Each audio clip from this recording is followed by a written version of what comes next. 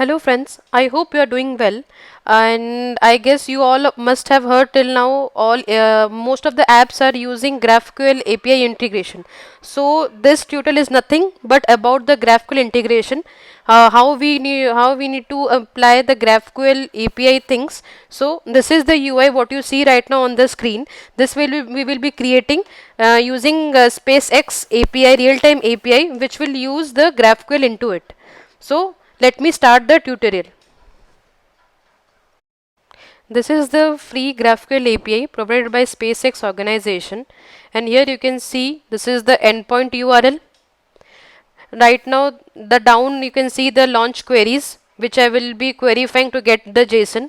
Now if I if I run the query, here you can see the JSON is loading for the data of the query which I am making to the API. So right now see you have received all the queries regarding the launches which you made, the rocket name, launch site and everything. Whatever the data, a proper JSON for the API which we will be using to integrate in our app for that UI which I have already shown you. To integrate GraphQL in iOS, we need to follow these three steps. First, we need to install the Apollo SDK. Then we need to obtain its GraphQL schema, running brew install and everything. Then we'll go do the code generation by running the script in build phase. And all these three steps, I will be going forward. I will be doing this in the demo app which I will be showing you right now. So let's get started to create a demo app to implement all these things.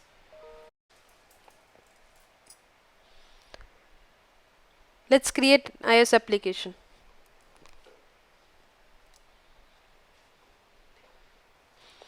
Give your app name, then select the language, go to next, then create the folder create the folder, or you can select a folder where you want to keep this demo application.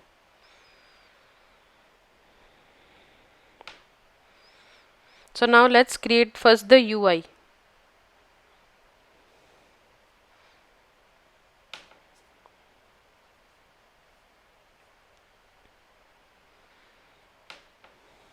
We'll be taking a stack view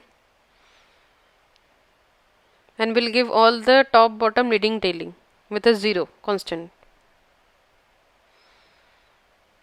Then we'll take a label into it, then a UI view,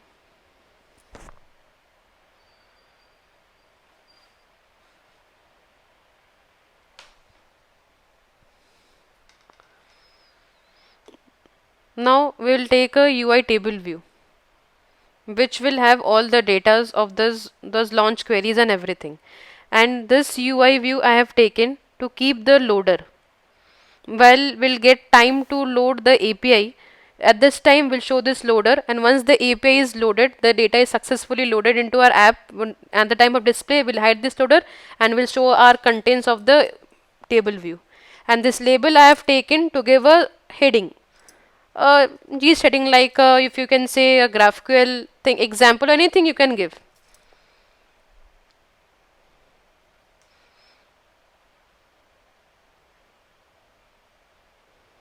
Now I'm doing all the small steps to make this UI look perfect, like giving the constants, giving the text of that label. And right now we'll create a file.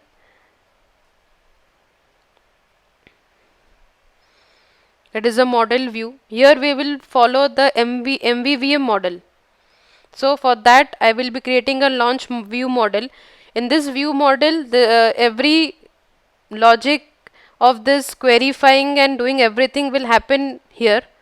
The view will query to this view model to do each and every business logic, and after this business logic is done, it will give back its all data to the view controller to display it on its UI.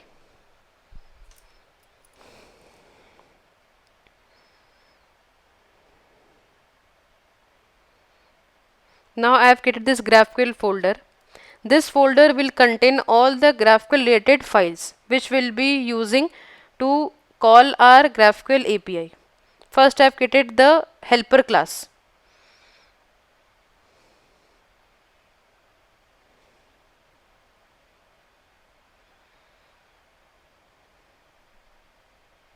Now now I have created the launch list. This will contain the queries and the list. I will show you what it will exactly contain regarding the query.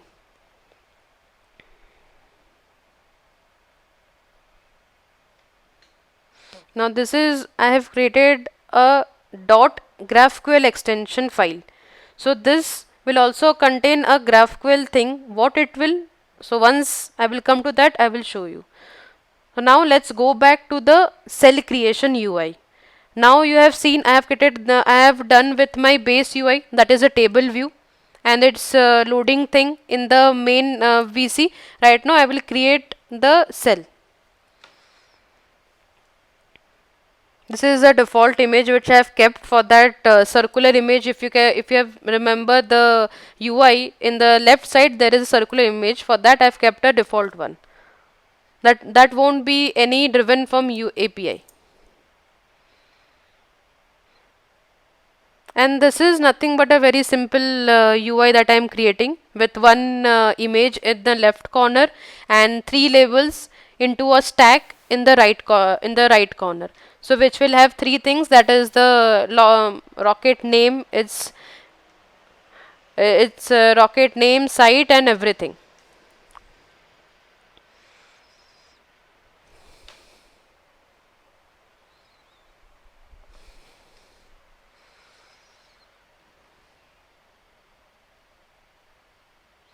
Now I'm setting the property of this stack view so that this label should fill equally and have a equal distribution spaces to it. Setting the row height and making it a fix, because I know this is my demo application and I'm not going to have a flexible height as per the content, which of course in the real time thing we do need to take care, but right now it's not required, as this is a demo app which I will just show you how to do a graphical driven thing.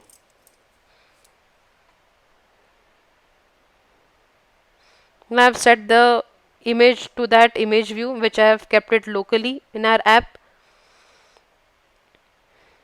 Now I'm just giving some specification to my label, like which should be bold, which should be a little thin, and also that's up. That is very optional. That is up to you how you want to keep it a UI. I have just kept it a very simple, as already mentioned, with a small things, and that's it. Now I'm creating the IB outlets. So first I've created the mission name label.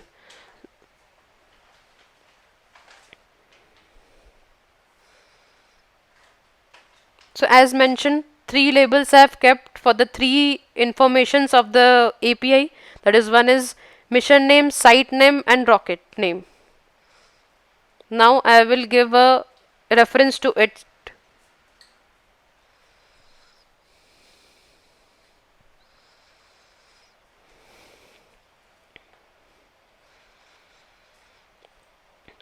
So my references are done. Its linking is done to its cell. So now let me create my IB outlets, another thing, for the main view. For the cell it's complete, but not entirely complete. Of course there are some few things need to be done in cell level also, that will do it slowly when the steps will come on one by one later on. So right now the IB outlet is done for the table view, and the loading view which I mentioned, I will be using it to load the data time frame. So now its linking is also done, the loading view, and then table views link, its data source, delegates, all done. So now the linking part is set.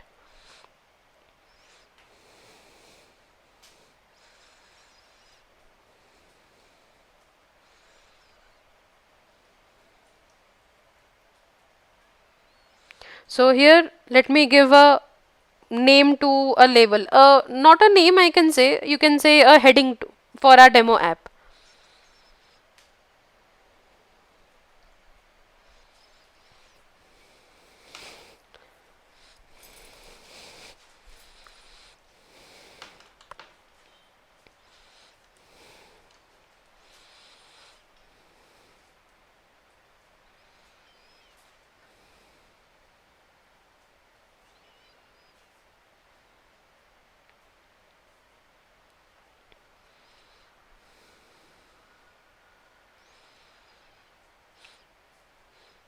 and some point of UI corrections, like not a correction, some spacing and all. So right now, as I've already mentioned, the first step is to install the SDK. So that's the reason I have quit my app, closed it, then I've dragged up it into the terminal to get the path location of that particular app where I need to create my pod init file. So pod init is done, our pod file is created in that directory. So let's go to the directory first where our app is there. Inside that app we'll have created the pod file. Let's open that pod file. Here we need to add the SDK. So pod Apollo.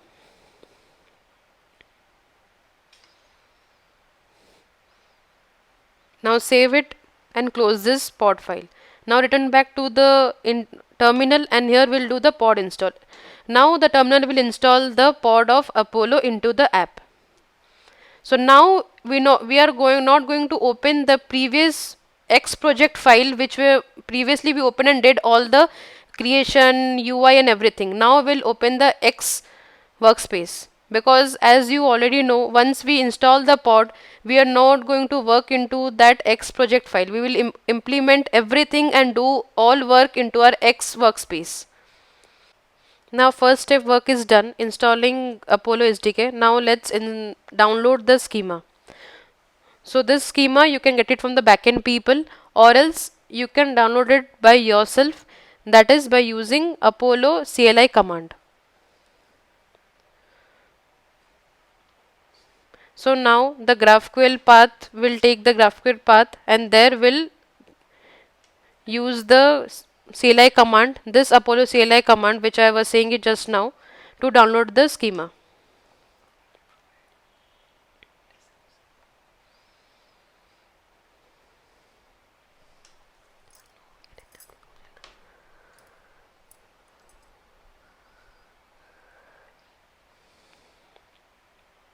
Now the schema is downloaded, but you can't find it here because it's there in the location, but we need to refer it to our Xcode app.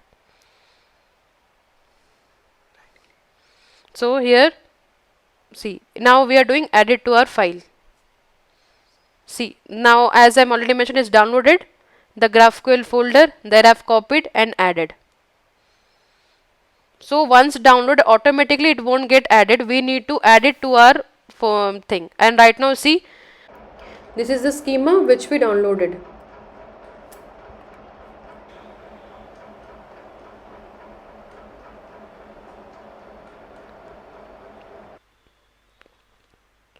Now we'll add the query. So let's copy the query and paste it over there. The file which we created for launch list.graphql file, there we'll paste the query. Now let's start with our code generation work part. So let's go to your apps build phase section. There we'll create a new run script and rename it as our own file name, like Apollo. You can name it as per yours. We have copied that launch list here, and also the name of the file from where this query need to be created. So after copy pasting that run script thing over there, I have copied this file name and also pasted over there, so that the query will generate its own JSON and have it inside the launch list file. Let's see after building it.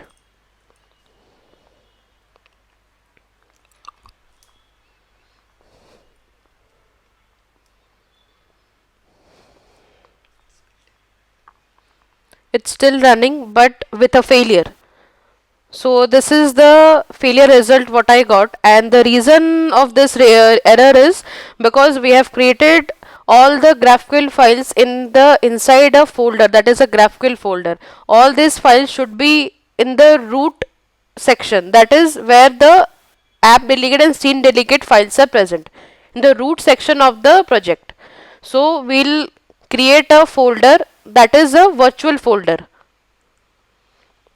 So here if you go with clear folder without it, so see here, I have copied all these files and moved it over that virtual folder. Now let's build it. So whenever whatever schemas the GraphQL thing you have creating, you created inside a root one. Remember this. And after building it, we have generated the JSON. See, all the files are what I mentioned, all the files in root, and this file contains now the JSON what we have generated out of the query. So now we are done with our all setup with the GraphQL part. Now let's start utilizing it to call our API. So I've created a helper class, that is Apollo Network Helper.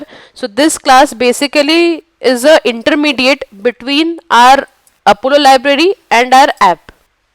So whatever methods or the variables I want to use of Apple library, I will mention it over this file. So this helper class will help my app work to be fetched from this library and get it done. So first I am creating a enum, that is type of GraphQL. So basically this enum contains the number of cases of your multiple APIs. So right now, if suppose in your app have 10 APIs to be called, so you can have such enums which will mention you from your view model to call which type of API you want to call. Right now I will be creating using launch list API. There is one more user list which is not implemented currently in this demo app, but is a just I have mentioned this case to make you understand how the multiple APIs are getting called. So I have created the helper class as a singleton class, then created the variable of this GraphQL type which we will be using it.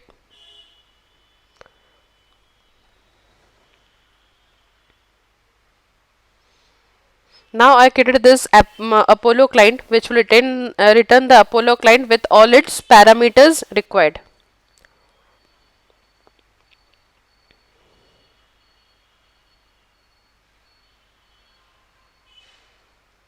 We've created the cache, then the store. But why? In the upcoming next lines you will see why I've created this cache and store, because these two parameters we need to pass it further in the other level of functions.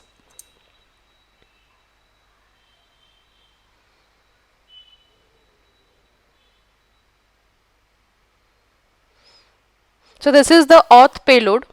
So I hope you must have known or very much known to this fact that whatever APIs you do call in your creation of your app, you do have an authorization token, the bearer token, which gives you authorized APIs to your server. So this is nothing but that same token which we need to create a payload. But let me tell you one thing clearly, this is the public API which I am using for my demo. So here we are not required any such token to provide so that we can get the proper result of it. But for your APIs in your apps what you are using, if those are private APIs to a particular server or a domain, then you need to have this authorization token, so that this token will give you accessibility that yes, you are authorized people to query that JSON. So right now this is just a format. I have shown you how you will do it in your real-time APIs or real-time applications which you will be following. So then the configuration is the normal URL session configuration which will take the headers as this auth tokens. Then the client I have created, this is a normal URL session client which will carry the configuration or the headers. Now let's create the interceptor. So this interceptor, network interceptor, is nothing but a objection or the interval point before connecting to the server. So before you are making APIs connected to the server to fetch anything, before that if you want to do any such customization, you can have this interceptor. So currently my interceptor is a default interceptor provider. So right now for any manipulation or any customization if you want to do in this class what I've created for network and interceptor, there we need to provide that customization functions to customize your methods, your thing, and then return that customized interceptor to be passed over as the predicate, as the provider. So how we need to do that customization, that I will show you at the end of this video. I will explain you that also, but for the time being, let's go with the default one and complete our basic task of calling a GraphQL API. And one thing, this is not mandatory to follow always default or always customization interceptor. It's up to your requirement how you want to do it. It's not mandatory to always have a this or that for any call.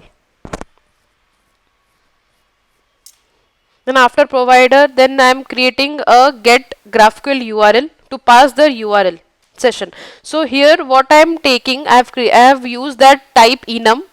Previously on the top what I have created the GraphQL type.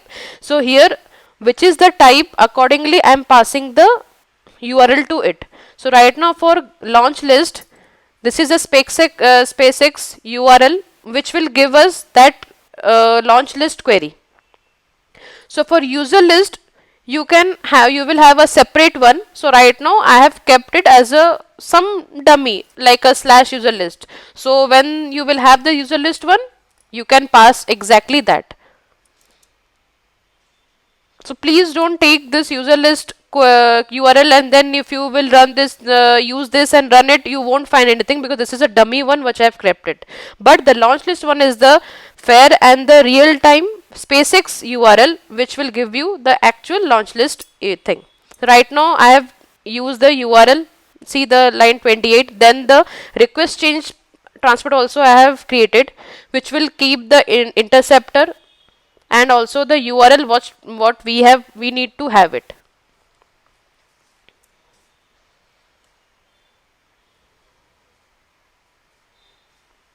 So right now in the URL you must be thinking then we are not giving any type over here. So this GraphQL type I will be giving it from my view model class.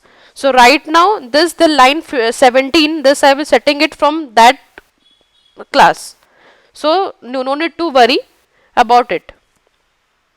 So see what I was mentioning there, I have written all the Apollo clients and now I will create the view model of it. So why view model if you ask? Because I am following the MVVM pattern, design pattern.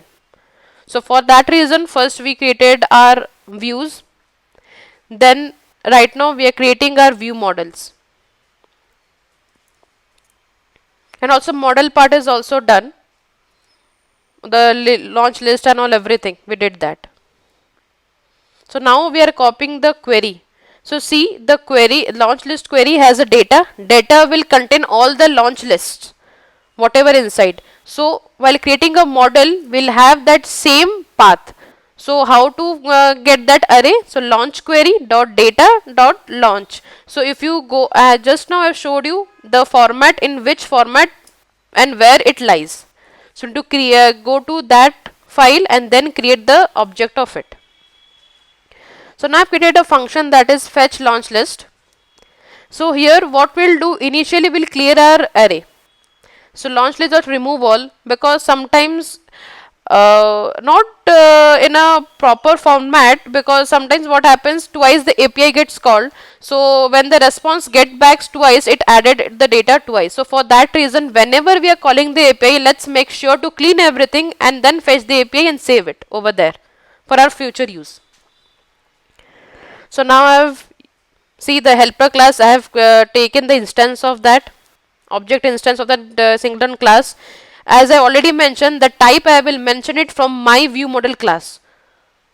I hope that question why we are not passing anything over there, because from the view model we'll decide which view model will pass which type of URL type. Suppose if I use that, then it will be an issue, because every time it will use that API to call all the time whenever I request a helper to get a query. So for that reason, each view model will have a facility to give its own type which they want. So here I have given the type, and then I have called the Apollo client, which will internally call all the functions right now, the interceptor, the URLs, then everything what just right now I have shown you the things over in the helper class. Now in the success is just a debug print, and the failure is the failure print. So yes, we will use this values in our own views to display it, but first let's see whether this works well or not by a debug print statement. So now let's come to a view controller class where we'll call the API. What we have created in our view model, we need to connect to our view model, so that that view model will tell that helper class to fetch the query and give me the result of the response.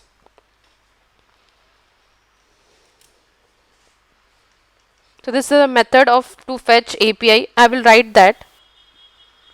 First let me register the cell, the table view cell, which I hope you have seen. Initially we have created a cell, so I have to register that with the table view.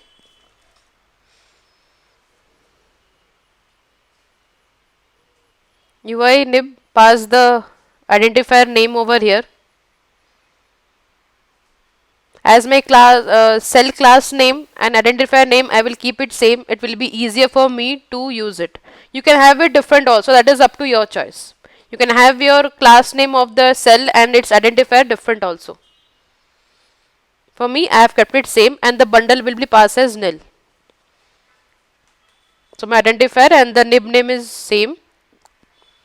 Now let me call that register method, cell method in view did load.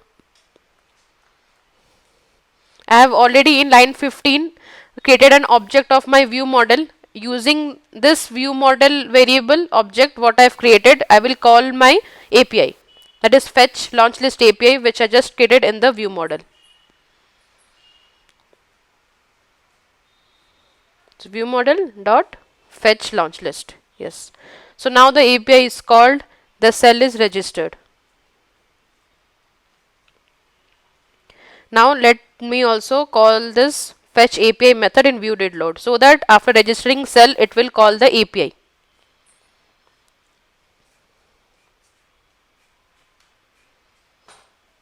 So now let me add the data source and delegate methods of table view. You can add this inside the same continuation class, or else you can create an extension out of your same view controller. So for a better readability, I have created an extension and separate out the work for each functions in the VC. So here I have added number of rows section, which will be the array.count. So same way our array is the launch list array, so dot count, which I have created in the view model, and then the cell for row at, which will have the cell and its configuration and the data to be displayed over here. We will pass it. The data what we get will pass. So just now created the cell reference.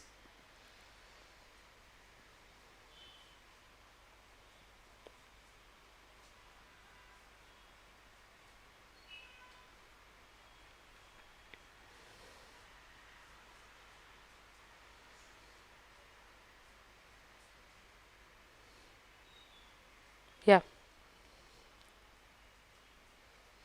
Now height of the row of the cell, we have given a fixed height,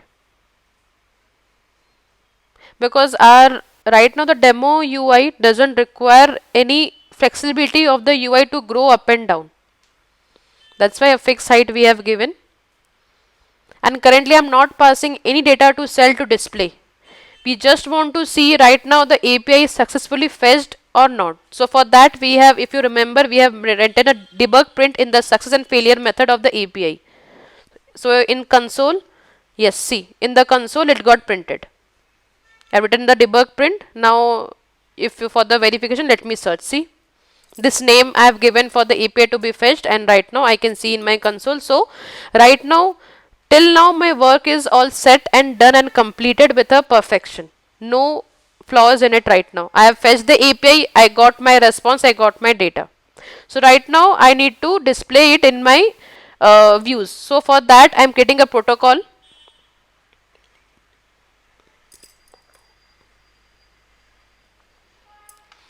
So here I will create two functions in my protocol delegate, that is did receive data and did failure. So basically if you must be using the MVVM pattern, then delegate is the main communication between the VCs and the view controllers. So VCs and the view model.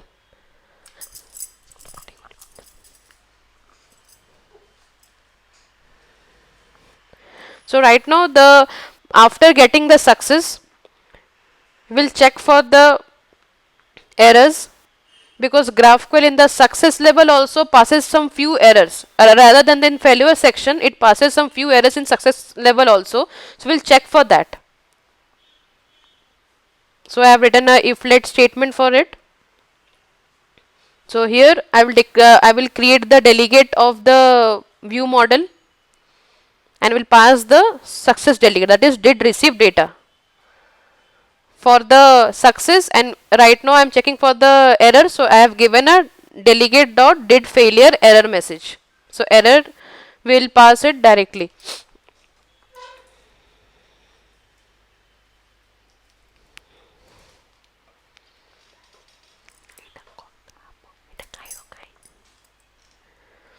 So right now you can see if usually in the failure section we get the localization description, but right now for the GraphQL part directly we can't use that. So for that I need to create a message, and for that I have creating a map section to whatever the localization I'm getting, I'm mapping into a message, and then I will be passing that message.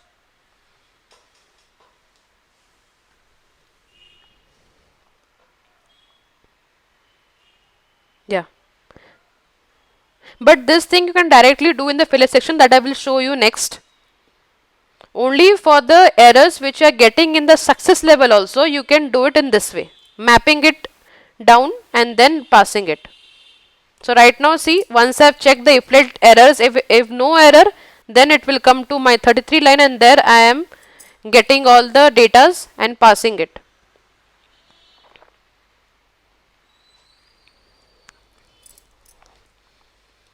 And for that passing, what I am doing, first I need to pass it to add it to my array. So I am appending all those. I am getting it and appending it, and then calling the delegate did receive data.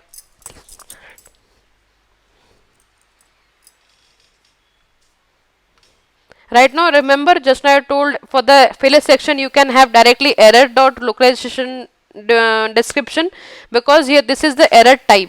There internally they are not providing that, so we need to convert it and map it, and then we need to use that. So delegation passing is done. Right now if you remember, I have added in the design time, I have added a loading view, so that when the API gets time to load, I will show a loader. So for that I am writing it the codes. So right now in fetch API I have made it false, it will display, and once I get the success in my delegate methods, I will make it false. So in 24 line I have made it false. Once the API calls, before the API call starts, I have displayed the loader. Right now when that delegate success I will get the delegate success in this did receive data, I am making it at false and reloading the table view with the data what I have set in that array. And for the failure, this again I am waving off the loader and displaying the message, because for the success in normal labs, for the failure we do have a error views. For that I have not created in my app, so you can have it. For that's the reason here I have just kept a debug print. So see, the loader is there, and here the UIs are perfect, and even the console you can see the datas are also getting printed. And why there is no datas? Because we have not set the values in the cell level. We need to pass it. We have just right now saved it in our array. We need to pass that array thing to our cell to set the datas in the respective components. So for that, in the cell launch table view cell, I am creating a configuration cell method, and the parameter which will use, that is of that same object of array which we have created, launch query dot data dot launch, which is the object type of the array. So it will pass the single object over here which will display it. So here the mission level, site name and the rocket name have the respective values to it. So here in the cell for row at, we'll call that cell configuration method. Here we'll pass that array, that is view model launch view model dot launch list, and here we'll pass the index path dot row. So row wise it will fetch the content of that array and send it individual to the cell to fetch it. Now let's run the app and see. So finally loading is there, we're fetching the API, and now see the API is done. We have set our array and all the data are seen, mission name, site name and the rocket name. See, now you can check the data. When we initially queryify that query, here we have got the data and these data are matching. See, Falcon 9 rocket name, then it is the mission name, site name, rocket name. So all the data are similar. Now let me show you how to create a custom interception. If you remember, in the middle I have told you that at the end I will tell you how and where you can insert those interceptions of your customizations. So here there is a method called interceptors.inserts. In this insert method you can create your own interceptor class, and that class you can pass it over in this method, and this class will mainly contain all the methods, customization methods which you want to have it before the API calls is successful. So I hope this tutorial is good and well informative to you regarding the GraphQL part. So if you do like this GraphQL integrations whatever we have done, please do like, share and subscribe our channel for more informative iOS tutorial videos. And if you have any queries regarding the GraphQL part of integration, you can please comment us in our comment section. We'll definitely love to answer your queries and make you understand how much we can able to. So thank you for watching it, and please do like, share and subscribe for more informative videos. Thank you.